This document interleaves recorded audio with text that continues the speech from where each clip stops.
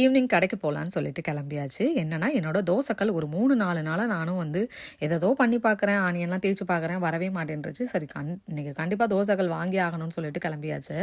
So அதுக்கு முன்னாடி நம்மளோட கார்டனில் பீன்ஸ் செடியை பார்த்துட்டு இருந்தேன். ஒரு 10 பீன்ஸ் கிட்ட இருந்துச்சு. அதை பார்த்துட்டு அதுக்கப்புறமா அங்கேருந்து கிளம்பணும். இந்தியன் க்ராசரியில் ஃபஸ்ட்டு போய் பார்த்துட்டு அதுக்கப்புறமா நம்ம வால்மார்ட் போகலான்னு சொல்லிட்டு பிளான் பண்ணியிருந்தோம். இந்தியன் க்ராசரிஸில் நாங்கள் எதிர்பார்த்த மாதிரி கடாய் இல்லை, அதாவது தோசைக்கல் இல்லை.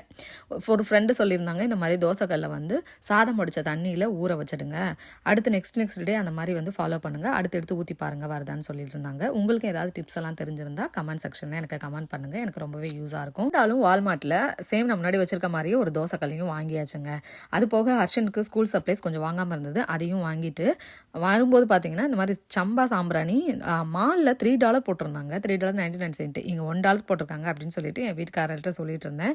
வால்மார்ட்டில் திங்ஸ் எல்லாம் வாங்கிட்டு பில் போட்டுட்டு வீட்டுக்கு வந்தாச்சு. ஸோ நெக்ஸ்ட் ஒரு ஷார்ட்ஸில்